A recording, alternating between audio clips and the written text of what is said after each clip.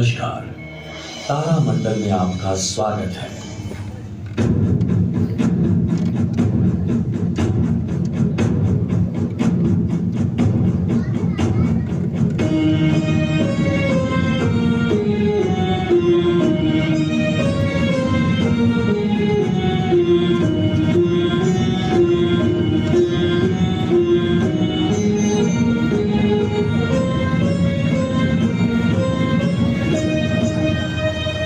सूर्यास्त हो चुका है।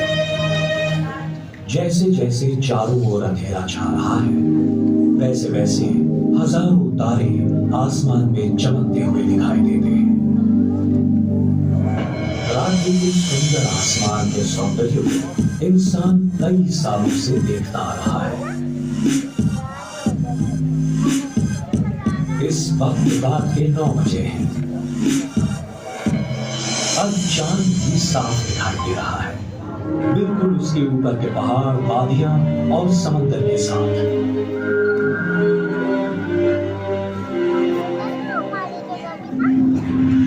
उस चक्र के अंदर के उन तारों की ओर देखो। इस चक्र को शीत वृत्त के नाम से पहचाना जाता है। यहाँ देखिए, ये है वृषभ नक्षत्र या वृषभ राशि। पास ही में दिखाई देता है उरायन यानी मृगशीर्ष, शिकारी या महाव्याध नक्षत्र। पास ही में उसका भरोसेमंद शिकारी साथी कैनिस मेजर यानी बृहस्पति, इसे श्वान भी कहते हैं। और वहां जो दिख रही है वो है मेष राशि। बृहस्पति के पास ही है कैनिस माइनर यानी कि छोटा श्वान। थोड़ी सी कल्पना शक्ति लगाकर अगर हम इन कंकालों में हाड़ मांस भर के देखें तो हमें ये संपूर्ण भाग प्राणी या योद्धाओं से भरा लगने लगेगा।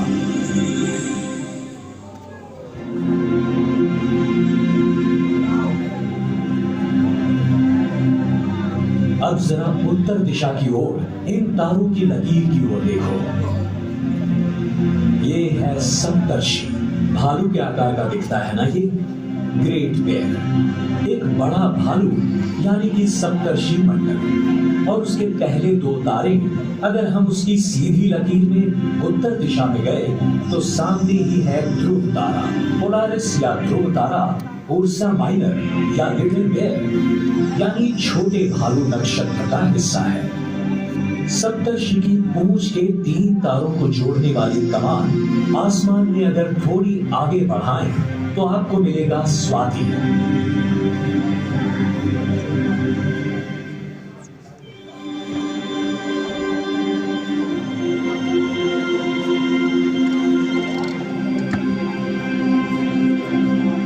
आर्कटूरस या स्वाति नक्षत्र में समाविष्ट है बूटेस या भूतक का तारापुंज। वॉयेजर अंतरिक्ष यान ने ये ढूंढ निकाला है कि ये प्रकाशित चक्र इस ग्रह के आसपास फिरने वाले बर्फ के छोटे छोटे टुकड़े, पत्थर और धूल से बना है।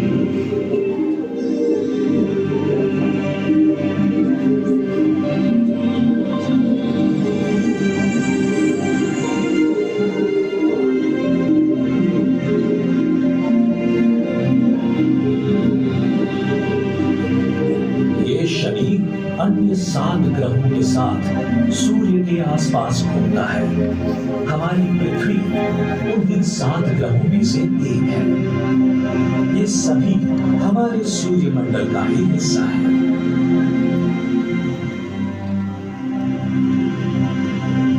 हम आशा करते हैं कि आप अपने रोजमर्रा के व्यस्त जीवन में से थोड़ा सा वक्त निकालकर आकाश का निरीक्षण करेंगे। और आज हमने जिन नक्षत्रों की सुंदर आकृतियां देखी, जिनसे हमारी पहचान हुई, उन्हें ढूंढने की कोशिश करेंगे।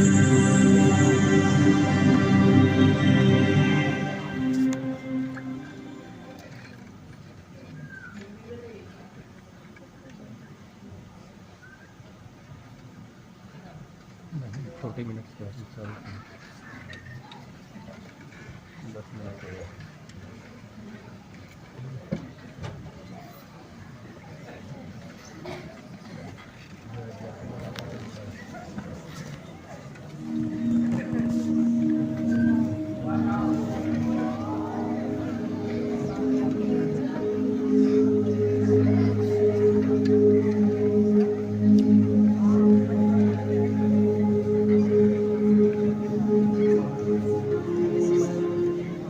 400 वर्ष पहले गणित और खगोल विज्ञान के एक मध्यम आयु के प्रतिभाशाली प्राध्यापक ने अपने हाथों से बनाए दूरबीन से पहली बार आसमान की ओर देखा।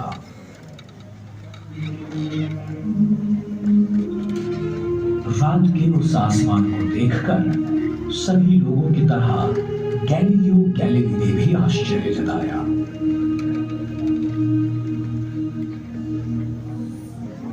उन्हें लगा शायद उन्हें चांद तारों का और बेहतरीन नजारा होगा। कुछ ही समय पहले जहाजों जैसी दूर की चीजों को नजदीक से देखने के लिए दूरदर्शन यंत्रों का आविष्कार किया गया था। गैलीलियो ने एक ज्यादा शक्तिशाली दूरदर्शन यंत्र बनाया और उसे ऊपर की ओर घुमाया। क्या वो दूरबीन उन्हें विश्व की वो चीजें दिखा पाई जो खाली आंखें नहीं देख पाती? गैलीलियो पहले मनुष्य थे जिन्होंने चांद पर होने वाले पहाड़ों और गड्ढों को देखा। उनसे पहले लोगों का मानना था कि चांद एकदम सपाट है, पर गैलीलियो के दूरबीन ने स्पष्ट रूप से दिखा दिया कि उसकी सतह पृथ्वी की सतह जैसी है। जब उन्होंने अपनी दूरबीन बृहस्पति ग्रह की ओर घुमाई तो उसके चारों ओर 4 छोटे तारों को देखकर वो हैरान हो गए। पहले उन्हें किसी ने नहीं देखा था। दूसरी रात तारों ने जगह बदल दी थी। फिर उन्होंने निष्कर्ष निकाला, जो सही था, कि वो तारे दरअसल बृहस्पति के आसपास चक्कर लगाने वाले चांद थे। लोग हमेशा आसमान में दिखने वाली उस रहस्यमय चमकीली रेखा को उसका फीका सफेद रंग देखकर आश्चर्य जताते हैं, जिसे हम आकाशगंगा कहते हैं। वो क्या था? क्या गैलीलियो शायद ये ढूंढ निकाल सका? वो अनगिनत तारों से बनाया गया था जो इतने फीके थे कि दूरबीन के बिना उन्हें देखना मुश्किल था। गैलीलियो को यह एहसास हुआ कि वो सूरज थे, बिल्कुल हमारे सूरज की तरह, पर काफी दूरी पर थे।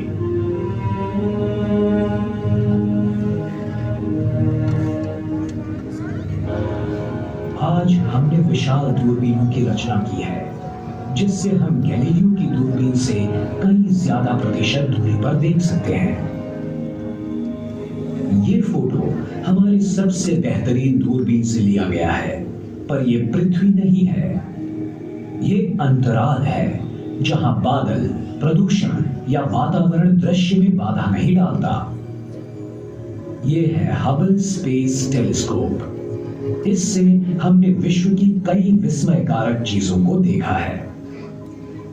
हमारे तंत्र ज्ञान की सहायता से हम गैलीलियो से ज्यादा चीजें जान सकते हैं, लेकिन कुछ महान सवाल रह ही जाते हैं कि विश्व की निर्मिति कैसे हुई, वो कितना बड़ा है, कितने तारे हैं आसमान में, विश्व का भविष्य क्या होगा। वैज्ञानिकों का यह मानना है कि उन्होंने इनमें से कुछ सवालों को हल कर दिया है, पर कुछ अब भी बाकी हैं। ये विश्व सभी रहस्यों में से सबसे महान रहस्य है, और जैसे जैसे हम उसके राज खोलते जाएंगे, वैसे नए आविष्कार सामने आ जाएंगे। कोई भावी वैज्ञानिक ये काम निश्चित करेगा, जो शायद आज ये शो देख रहा हो।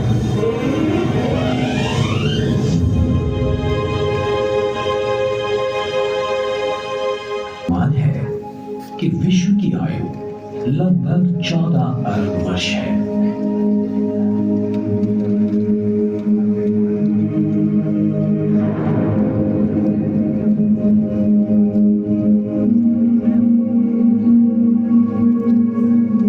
आज तक मेरी जानकारी के अनुसार जो भी चीजें अस्तित्व में हैं, उन सभी को ये समेट लेता है।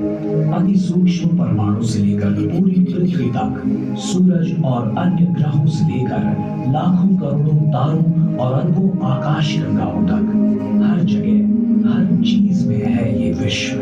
एक न सुलझने वाले रहस्य की तरह है ये। मानवीय इतिहास में घटी आश्चर्यजनक घटनाओं का स्रोत है ये। पिछले कई युगों में हममें से कुछ विद्वान व्यक्तियों ने विश्व के रूप के बारे में कई सिद्धांत पेश किए हैं, अपने पूर्वजों की कल्पनाओं को विस्तृत रूप देकर।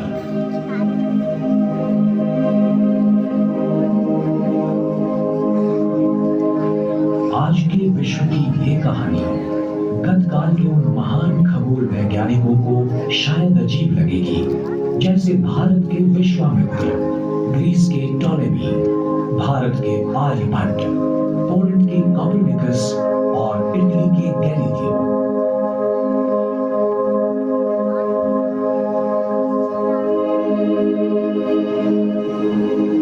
विश्व की शुरुआत कैसे हुई, इस बारे में हमें ठोस जानकारी नहीं है। कुछ लोग मानते हैं कि उसकी निर्मिति बहुत सालों पहले हुई थी और कुछ मानते हैं कि वो पहले से ही अस्तित्व में था। आज के विज्ञान का अनुमान हमें बताता है कि विश्व का निर्माण बिग बैंग नामक विस्फोट से हुआ लगभग 14 अरब वर्ष पहले।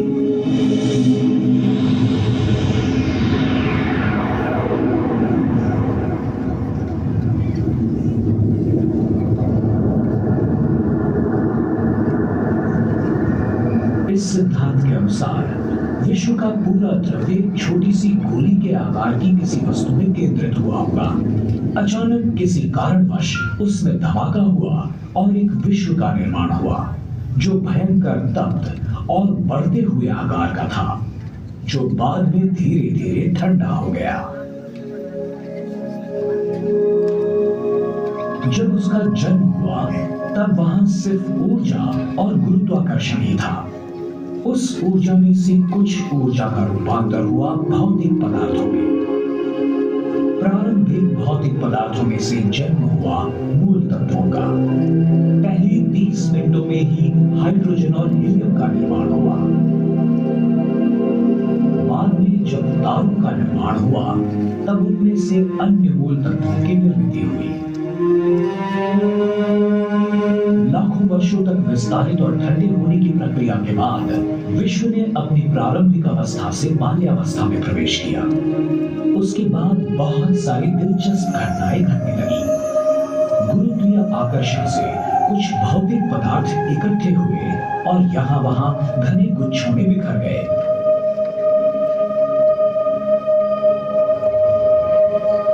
ये वायु और धूल से भरे गुच्छे अंत में ढह गए और आकाश गंगाओं में बदल गए।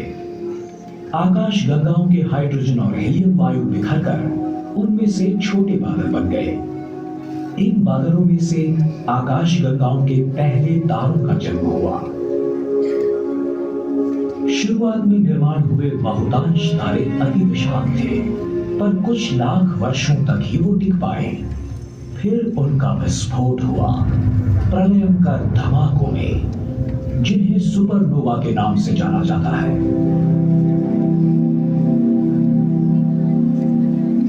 जीवन के लिए आवश्यक मूल तत्वों का निर्माण इन विशाल तारों के आंतरिक भाग में हुआ। जब उनका विस्फोट हुआ तब ये मूल तत्व अंतरतारकीय अवकाश की कड़ी शीतलता में फेंके गए। इन सुपरनोवा के विस्फोटों ने दूसरी पीढ़ी के तारों के निर्माण की प्रक्रिया की शुरुआत की।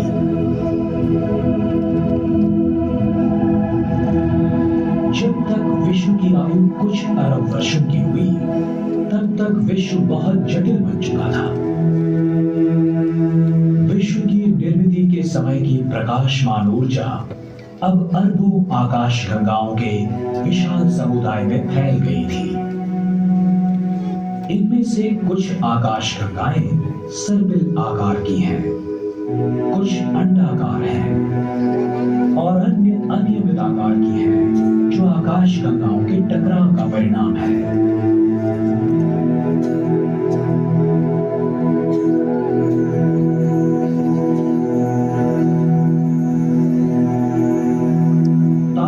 कई पीढ़ियों ने एक के बाद एक जन्म लिया।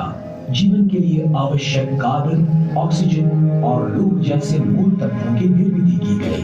अंततः उनका नाश हुआ। जैसे जैसे विश्व लाख वर्षों में आकारमान में बढ़ता गया, वैसे वैसे वो पतला और विरल और ज्यादा ठंडा होता चला गया। सैकड़ों वर्षों पहले हमारा ये मानना था कि पृथ्वी ही विश्व का केंद्र है। बाद में विज्ञान ने यह साबित किया कि हमारा ग्रह और अन्य ग्रह दरअसल सूरज की परिक्रमा करते हैं। आज हम जान चुके हैं कि सूरज खुद एक तारा है, उन 4000 लाख तारों में से जिनसे आकाशगंगा बनती है। पर हमारी आकाशगंगा जो अनगिनत तारों से बनी है, वो भी छोटी लगती है जब हमें ये महसूस होता है कि वो भी विश्व की अनगिनत आकाशगंगाओं में से केवल एक ही है। हमारी इस आकाशगंगा का निर्माण अरबों वर्षों पहले एक बड़े धमाके के बाद हुआ, मतलब अंदाजन 13.2 अरब वर्ष पहले। उसके सबसे प्राचीन तारों की आयु अंदाजन 10 अरब वर्ष है और सबसे नए तारे कुछ करोड़ों वर्ष की आयु के हैं। वास्तव में छोटे तारों का जन्म हर दिन होते ही रहता है। हमारा सूरज मध्यम आयु का तारा है। उसकी आयु है 4.5 अरब वर्ष। वायु और धूल से भरे एक बादल से उसका जन्म हुआ, जिसे हम सोलार नेबुला के नाम से जानते हैं। एक विस्फोटक तारे की मृत्यु हुई और उसमें से सूरज का जन्म हुआ। एक विनाश होते तारे के विस्फोट से निकली कंपन लहरों से सौर मंडल की निर्मिति की शुरुआत हुई।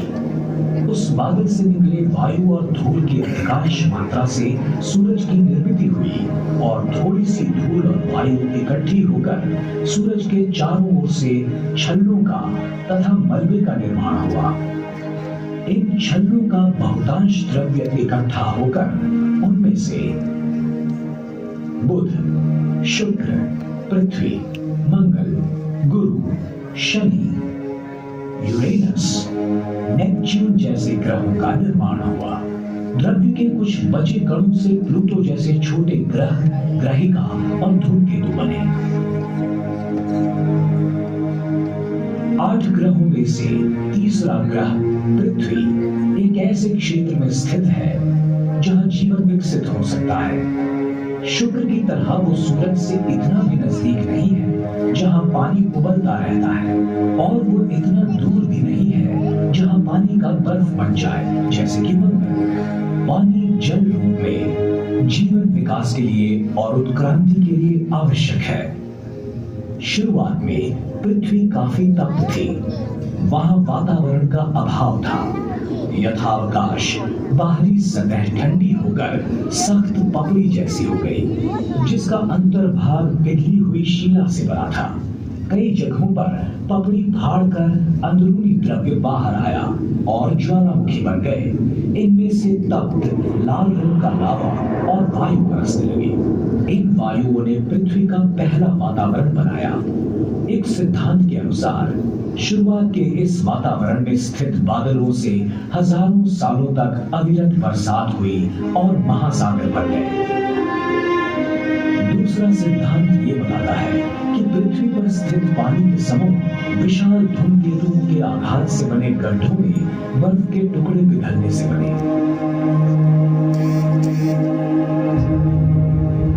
अगर आप हमारे ग्रह का जन्म आसमान से देखते तो नजारा कुछ इस तरह का होता। तकरीबन 4.5 अरब वर्षों पहले सूर्यमंडल के घनीभूत होने की प्रक्रिया शुरू हुई। 2000 करोड़ वर्षों के बाद पृथ्वी का निर्माण हुआ। 3000 लाख वर्षों बाद पृथ्वी पर वातावरण और महासागर बन गए। फिर 5000 लाख वर्ष बीत गए और नीले हरे रंग के शैवाल के रूप में जीवन के आदिम रूप प्रकट हुए। 5000 लाख वर्ष और बीत गए और जीवाणु तथा वनस्पति अस्तित्व में आए।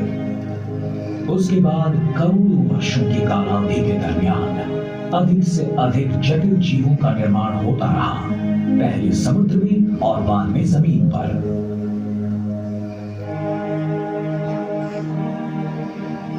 कुछ 2000 लाख वर्षों पहले डायनासोर्स जैसे महाकाय जानवरों ने पृथ्वी पर राज किया।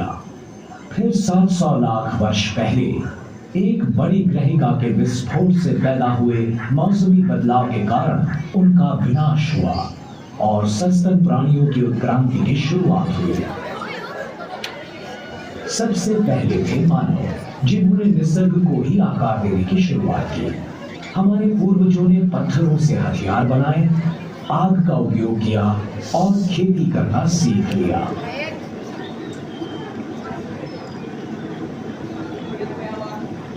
पथिकों और भटकइये लोगों से हम आदिवासी बन गए। जैसे जैसे जीना आसान हुआ, वैसे लोगों को आसमान की ओर देखने का ज्यादा समय मिलने लगा। रात के आसमान में दिखने वाले तारों के फैलाव को देखकर हमारे पूर्वजों ने परिचित आकार तथा प्रतिमाओं की कल्पना की, जिन्हें हम नक्षत्र कहते हैं। आज हम जान गए हैं कि पूरे आसमान में 88 नक्षत्र हैं।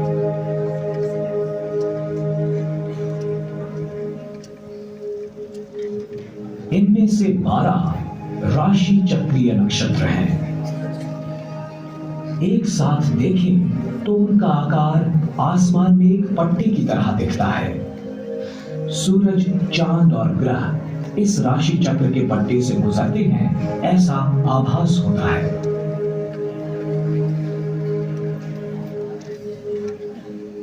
ठंड के दिनों में आसमान में सबसे सुस्पष्ट दिखने वाला नक्षत्र है आर्द्रा, ओरायन यानी शिकारी। थोड़ी सी पश्चिम की ओर है आकाशीय बैल यानी कि वृष, टॉरस, राशि चक्र का एक नक्षत्र। ऐसे लगता है कि ये बैल उस शिकारी पर हमला कर रहा हो। नारंगी रंग का एक विशाल तारा रोहिणी यानी कि एल्डेबरन इस बैल की आंखों की जगह होता है। आर्द्रा की दूसरी ओर हमें व्याध यानी कि महाश्वान या कैनिस मेजर दिखता है, सीरियस यानी डॉग स्टार के साथ। सीरियस आसमान का सबसे चमकदार तारा है और वहां ऊपर है पपी डॉग, कैनिस माइनर। हीनश्वान तारामंडल जो अपने चमकने वाले तारे प्रोसियन के साथ है। प्राचीन काल में मानव जंगली जानवरों के साथ रहते और उन्हीं को आसमान में देखते थे, जैसे कि भालू।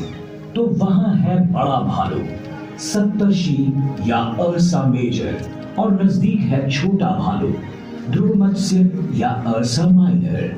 जैसे कि हम देख रहे हैं, बड़े भालू के शरीर से 2 तारे सीधे छोटे भालू की पूंछ की ओर निशाना बनाए हुए हैं, जो है ध्रुव तारा यानी कि पोलरिस। उसी के ठीक ऊपर हमें दिख रहा है लोकप्रिय राशि नक्षत्र लियो यानी कि सिंह।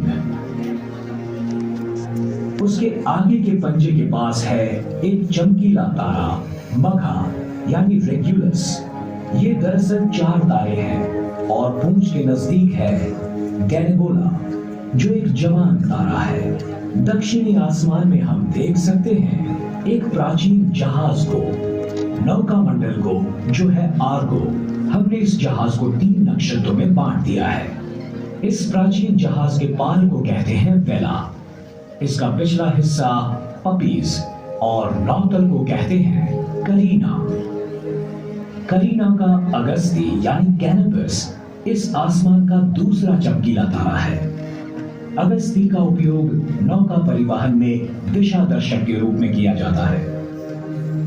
दक्षिण में एक और नक्षत्र है जिसका उपयोग भी नौका परिवहन में होता है। वो ये है जो 4 तारों से बनता है और आकार में क्रूस जैसा है। ये है दक्षिणी क्रूस यानी त्रिशंकु या क्रक्स। त्रिशंकु घेर रहा है एक सबसे बड़ा नक्षत्र नर्तुरंग यानी सेंटोरस को। लोगों को लगता था ये तारे एक सेंटोर के आकार में हैं, जो आधा मानव आधा घोड़ा था। नर्तुरंग के पिछले खुर में आसमान का तीसरा चमकीला तारा अल्फा सेंटोरी है, जिसके नजदीक है प्रोक्सिमा सेंटोरी, जो हमारे लिए रात के आसमान का सबसे नजदीकी तारा है। यहाँ ग्वाला नक्षत्र में बूटीज द हर्ड्समैन में हमें दिखता है स्वाति तारा यानी आर्कटरस, जो चौथा चमकीला तारा है। आसमान का पांचवा चमकीला तारा पूरब की ओर से उदय होते हुए दिखता है। ये है अभिजीत यानी वेगा, जिसका खगोल विद्या विशारदों ने सूरज से भी ज्यादा अभ्यास किया है। अन्य दो चमकीले तारे डेनेब ऑफ सिग्नस और एल्टेयर ऑफ एक्विला के साथ वेगा एक लोकप्रिय त्रिकोण का आकार धारण करता है, जिसे समर ट्रायंगल कहते हैं, जिसका हर मई में उदय होता है, जो ग्रीष्म ऋतु के आगमन की सूचना देता है। किसी भी समय आसमान की ओर नजर करते हुए हम अपनी आंखों से देखते हैं लगभग 3000 तारे, जिनमें से कुछ ज्यादा चमकीले होते हैं, कुछ फीके और कुछ को तो हम देख ही नहीं पाते। हमारी आकाश गंगा में मौजूद 4000 लाख से भी ज्यादा तारों का ये एक छोटा सा हिस्सा है। विश्व की विशालता को व्यक्त करने के लिए हम प्रकाश वर्ष यानी लाइट ईयर इस शब्द का प्रयोग करते हैं। मतलब एक वर्ष में प्रकाश जितना अंतर काटता है वो हमारा सौर मंडल आकाश गंगा के केंद्र से 3000 प्रकाश वर्ष दूर है। नग्न आंखों से हमें सबसे दूर दिखती है एंड्रोमेडा आकाश गंगा, जो हमसे 20 लाख प्रकाश वर्ष दूर है। और ये एंड्रोमेडा हमारी सबसे नजदीकी आकाश गंगा है। उसके परे 100 अरब से भी ज्यादा आकाश गंगाएं हैं, जो अरबों प्रकाश वर्ष दूर तक फैली हुई हैं।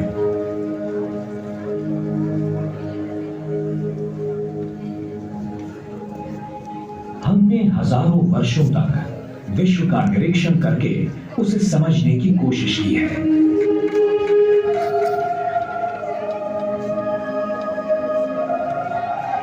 आज हम शक्तिशाली दूरबीन तथा कंप्यूटर्स का उपयोग करते हुए विश्व का एक सुबोध चित्र बनाने की कोशिश में लगे हैं।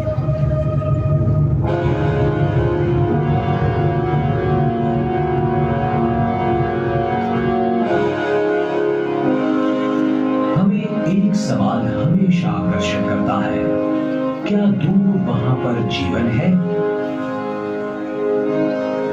कुछ आसमान निरीक्षक सिर्फ उस अलौकिक प्राणी मात्रों के खोज में डूबे रहते हैं। हाल ही में हमने ये खोज लगाई है कि कई तारों की अपनी ग्रहमालाएं हैं।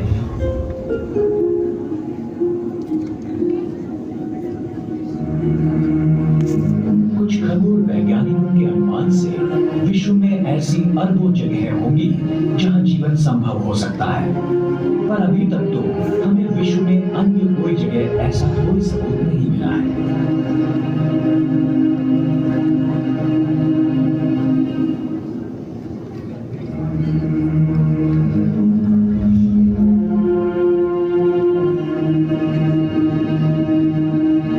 जीव वैज्ञानिक और लेखक जूलियन हक्सली ने कहा है, इस महान विश्व में और भी जीवित प्राणी होंगे जो विवेकशाली, समझदार और महत्वाकांक्षी होंगे, पर हमें उनके बारे में कोई जानकारी नहीं है। हम बस इतना ही जानते हैं कि मानव का मन और व्यक्तित्व अद्वितीय है और वो इस विश्व को प्राप्त हुई सबसे उच्चतम चीजें हैं।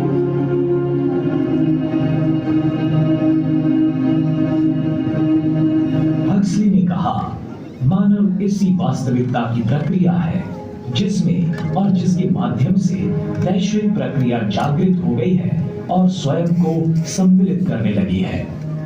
यानी कि विश्व हमारे बिना अस्तित्व में नहीं रह सकता। जो भी हमारे सामने प्रतीत हो रहा है, हम उसमें स्वेच्छा से शामिल हुए हैं। हम इस असाधारण पैमाने के विश्व के छोटे से भागीदार हैं। बड़ी अजीब बात है कि इस विश्व ने हमें हिस्सेदार बनाया है। प्रजातीय तौर पर हमारा भविष्य विश्व की होने वाली उत्क्रांति पर निर्भर है।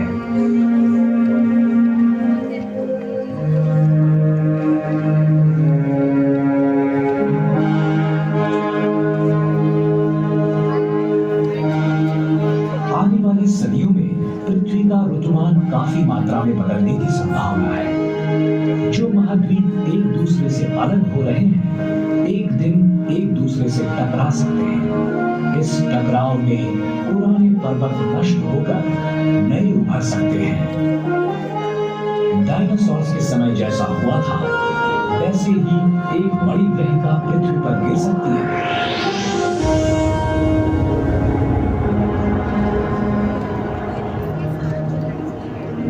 कुछ नजदीकी तारों का नाश होगा तो कुछ नए तारे जन्म ले सकते हैं।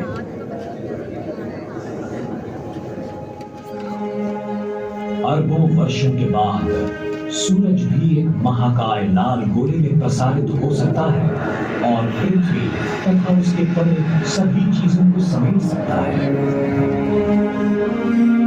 अतीत में कुछ खगोल वैज्ञानिकों ने सिद्धांत रचा था कि हमारे बढ़ने वाले विश्व की गति में बाधा आ सकती है, वो रुक सकता है और वो ढह भी सकता है। पर इस सिद्धांत पर भी सवाल उठाए जा सकते हैं और इसका कारण है खगोल वैज्ञानिकों की हाल ही में लगाई डार्क ऊर्जा या डार्क मैटर की खोज।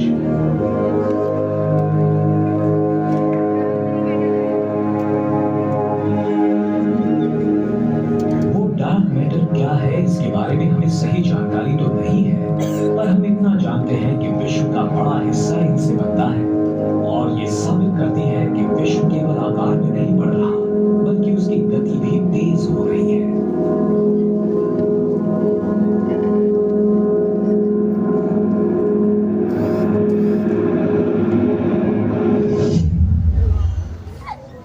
जैसे ही एक महान रहस्य सुलझता है, दूसरा सामने आ जाता है। विज्ञान की यही तो सुंदरता है।